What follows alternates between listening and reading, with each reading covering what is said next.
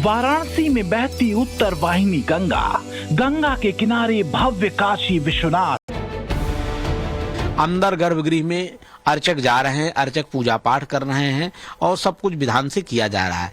आने वाले समय में कुछ और नजदीक से अर्चक लोग पूजन अर्चन करने की व्यवस्था हम लोग जिला प्रशासन से और सरकार से आग्रह करेंगे कि जनता को भी समीप से भगवान का दर्शन करने का अवसर प्राप्त हो। और हमें विश्वास है कि बहुत जल्दी इस पे चीजें होंगी और हिंदुओं की आस्था को कोई रोक नहीं सकता है। कोर्ट के आदेश से इस तहखाने तक के लिए उसी नंदी के बगल से रास्ता बनाया गया जो मूर्ति सदियों से तहखाने की तरफ मुंह करके विराजमान है। हिंदू मान्यता के मुताबिक शिव मंदिर में नंदी का मुंह हमेशा मुख्य शिवलिंग की तरफ होता है। हिंदू पक्ष की तरफ से ज्ञानवापी परिसर में आदि विश्वेश्वर लिंग के विराजमान होने के दावे का एक आधार ये भी है। व्यास जी का तहखाना के नाम से जाने जाने वाले मस्जिद के इस बेसमेंट में जनवरी 1993 तक लगातार पूजा हो रही थी। ये पूजा 3 सदी से चल रही थी। अंग्रेजी राज में एक बार पूजा में मुश्किल आई तो व्यास परिवार ने कानूनी लड़ाई लड़ी और जीती, लेकिन इसे मुलायम सिंह सरकार के दौरान जनवरी 1993 में अचानक बंद करवा दिया गया था। सितंबर 2023 में व्यास परिवार से जुड़े सोमनाथ व्यास के नाती शैलेंद्र कुमार पाठक ने तहखाने की कस्टडी और पूजा की इजाजत को लेकर याचिका दाखिल की थी, जिस पर अदालत ने ये बड़ा आदेश दिया।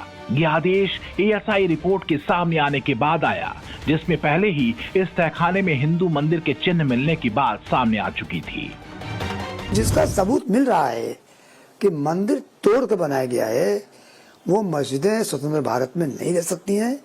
और मुसलमानों को भी समझना चाहिए, इस बात को जानना चाहिए कि जो पूर्वकालीन मुस्लिम्स ने जो अन्याय किया, अत्याचार किया है, आप उनके साथ मत दीजिए, आप उनके साथ नहीं दे सकते हैं। आपको भारत भूमि, राम कृष्ण शिव शक्ति, इनके अस्तित्व को मानना पड़ेगा। आप इनके खिलाफ कोई काम करने की उम्मीद नहीं कर सकते, कोशिश नहीं कर सकते। आपको मुख्य धारा से मिलकर चलना पड़ेगा। ऑर्डर किया है इन्होंने 31 जनवरी को, ये टोटली इलीगल ऑर्डर है, इसलिए कि सूट पेंडिंग था। सूट में जो ये इंटरिम ऑर्डर इन्होंने दिया है, ये फाइनल रिलीफ ग्रांट किया है। फाइनल रिलीफ कोर्ट नहीं ग्रांट कर सकती। वाराणसी कोर्ट के इस आदेश ने ज्ञानवापी मस्जिद का इंतजाम देखने वाली अंजुमन इंतजामिया मसाजिद कमेटी को हैरान कर दिया। कमेटी का दावा है कि दक्षिणी हिस्से में बने तहखाने में कभी पूजा पाठ नहीं हुई। 1993 तक पूजा होने की बात पूरी तरह गलत है। लोअर कोर्ट के आदेश के खिलाफ कमेटी ने सुप्रीम कोर्ट से गुहार लगाई, जहां से उसे हाई कोर्ट में अपील के लिए कहा गया। मुस्लिम समाज हाई कोर्ट, सुप्रीम कोर्ट गए। सुप्रीम कोर्ट में यह कहा गया कि पहले आप हाई कोर्ट में हो गए। हाई कोर्ट में जैसे गए, ये आज की घटना सुप्रीम हाई कोर्ट ने यह पूछा कि जब आप जिला डॉक्टर के विश्वेश जी जैसे ही आर्डर रिसीवर न्यूज के जिलाधिकारी, तब तो आपको आना चाहिए, तब तो आप आए नहीं और आज दर्शन पूजन को रुकवाने के लिए आ गए। तो उसी समय उन्होंने जो उत्तर प्रदेश के जो है सॉलिसिटर जनरल से पूछा कि क्या खुलने से कोई दिक्कत आपको हो रही है, कोई भी जो है परेशानी। उन्होंने कहा स्पष्ट नहीं, दर्शन पूजन राग भोग सब कुछ दिग्विजय चल रहा है, उसमें कोई परेशानी नहीं। तो उन्होंने 6 तारीख का दे दिया मुस्लिम समाज को डेट जो है, और दर्शन पूजन जारी रहेगी। साउथ जो है दक्षिणी तहखाना, जिसको आज ये लोग व्यास जी का तहखाना कहते हैं, कभी व्यास जी का तहखाना नहीं रहा। एक भी एविडेंस पूरे दौर का ही दिखा दे हमको, तो हम इस बात को मानने को तैयार हैं। और किसी मुकदमे में कोई अगर डॉक्यूमेंट इन्होंने लगाया हो कि वो कैंपस जो 93 में घेरा गया है, उसके अंदर कभी भी इन लोगों का दखल रहा हो तो बताएं। मुस्लिम पक्ष को अब यह आशंका सता रही है कि जिस तरह अयोध्या विवाद में 1986 में बाबरी ढांचे का ताला खुला था, उसी तरह कहीं तहखाने का ताला खुलने का मामला ज्ञानवापी विवाद में टर्निंग पॉइंट न साबित हो जाए। साइंटिफिक सर्वे की इस रिपोर्ट में दिए गए तथ्य इस बात की चीख चीख कर गवाही दे रहे हैं कि ज्ञानवापी में हिंदू मंदिर के कई चिन्ह मिले हैं। इस रिपोर्ट में मस्जिद परिसर के भीतर 32 जगहों पर मंदिर से जुड़े सबूत मिलने की बात कही गई है। रिपोर्ट में कहा गया है कि जहां ज्ञानवापी मस्जिद का ढांचा है, वहां पहले विशाल हिंदू मंदिर था।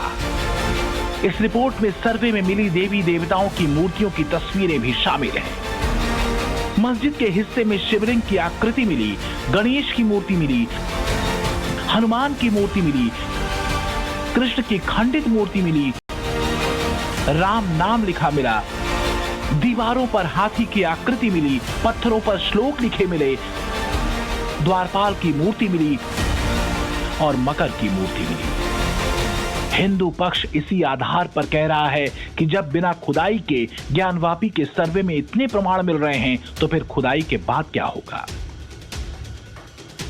जो मटेरियल था हमारे पास रिकॉर्ड पे, उसमें जो वादी ने जो भी मटेरियल दिया था, उसी को हम लोगों ने देखा और उसी को देख के उस मटेरियल को ध्यान में रख के जो हमें एप्रोप्रिएट युक्ति युक्त और लॉ के अनुसार जो आदेश लगा, वो ही मैंने पारित किया। इसी रिपोर्ट में तहखाने के सर्वे का भी जिक्र है, जिसके मुताबिक बेसमेंट को बनाने के लिए मंदिर के खंभों और कॉलम का इस्तेमाल किया गया। इन पर घंटियां, दीपक और दीपक को रखने की जगह भी बनी है। बेसमेंट में ऐसे शिलालेख भी मिले हैं जो इसके मंदिर से जुड़े होने की तस्दीक करते हैं। एक तहखाने में मिट्टी के भीतर दबी हुई हिंदू देवी देवताओं की मूर्तियां भी मिली हैं। अब तहखाने से मिली 8 मूर्तियों को यहां रखवाया गया है। पूजन अर्चन के बाद अभी वहां अखंड रामायण का पाठ बैठा दिया गया है। अखंड रामायण वहां पर चल रही है। एक जो है अर्चक पुजारी वहां पर पूजा पाठ कर रहे हैं। चारों टाइम की आरतियां वहां शुरू हो गई हैं। चारों टाइम भोग राग की व्यवस्था वहां शुरू हो गई है और आम जनता को अभी झांकी दर्शन बाहर से मिल रहा है।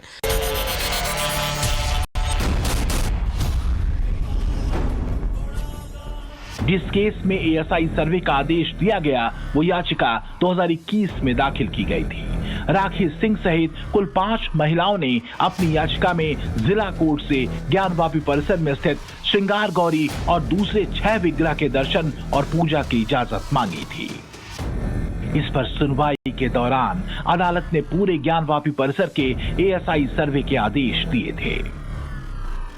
जो न्याय व्यवस्था हमको आज्ञा करेगी हम सब करेंगे, पर ये हम दावे के साथ कहते हैं और पूर्ण विश्वास के साथ कि वहाँ भगवान महादेव हैं और कुछ निकल आए हैं, अब पूरे निकलने ही वाले हैं, अभिषेक होगा।